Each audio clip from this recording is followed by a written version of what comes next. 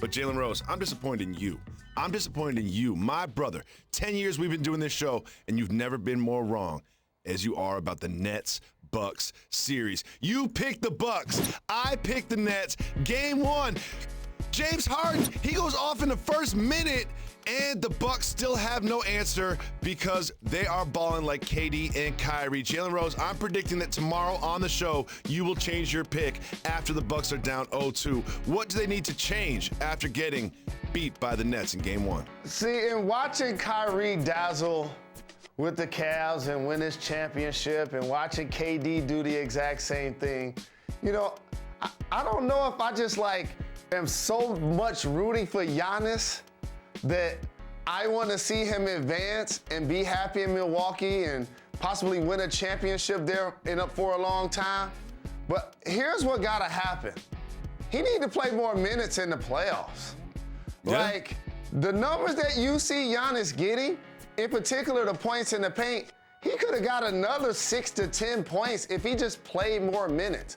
So that's what I'm looking forward to seeing from the Bucks. Are they going to extend Drew Holiday? Are they going to extend Chris Middleton? Of course, they need to make their shots. And KD and Kyrie are virtually unstoppable. But I have to say this. You can't lose James Harden and then lose that game, Milwaukee. I know. I picked y'all. I'm riding with y'all. And since you're talking about former Pistons, shout to Blake Griffin, who played well. Mike James, their bench mob, played well. Harris played well. And so it was a total team effort by the Nets. But I was really disappointed in the Bucks. When they lose Harden in the first minute, you got to grab that game. I want to take it behind the It's going to be a long series, but you got to grab that game. I was watching this game with Jalen Rose, and every time Giannis had the ball, all he said was, don't settle, don't settle, don't settle. He just wants to see Giannis drive to the basket every single possession, and that might be the best strategy for the Milwaukee Bucks. We had another very interesting Game 1 in the Eastern Conference. This was in Philly. The whole question was, will Joel Embiid play? Guess what? Joel Embiid played. But also, guess what? Joel Embiid did not take the Sixers to the win. It was Trae Young and the Hawks that got the big Game 1 win in Philadelphia. What was the key to their victory? Listen up and get this game. And make sure you repeat this like it's yours, like I do Jacoby quotes. This is a contrast of styles, okay?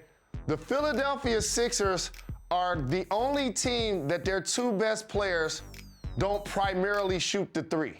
And that's Ben Simmons and Joel Embiid.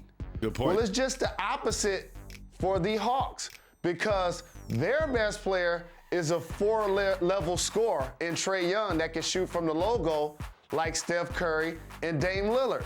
So for Philadelphia, you should watch for points in the paint with Joel Embiid's post-ups and drives, with Ben Simmons drives in transition.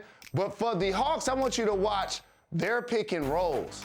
And while Joel Embiid is going to be dominant on the other end because nobody can stop Joel Embiid, he's the most physically skilled, imposing guy we have in the game.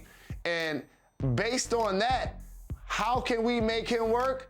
We're going to put him in pick and roll. And each time the Hawks get into their half-court set, I don't care if it's Herter, I don't care if it's Bogdanovich, I don't care if it's Trae Young. You're going to see a single pick and roll with Joel Embiid's man, or staggered, where his man is the second screener. That's why you see these lobs to Collins.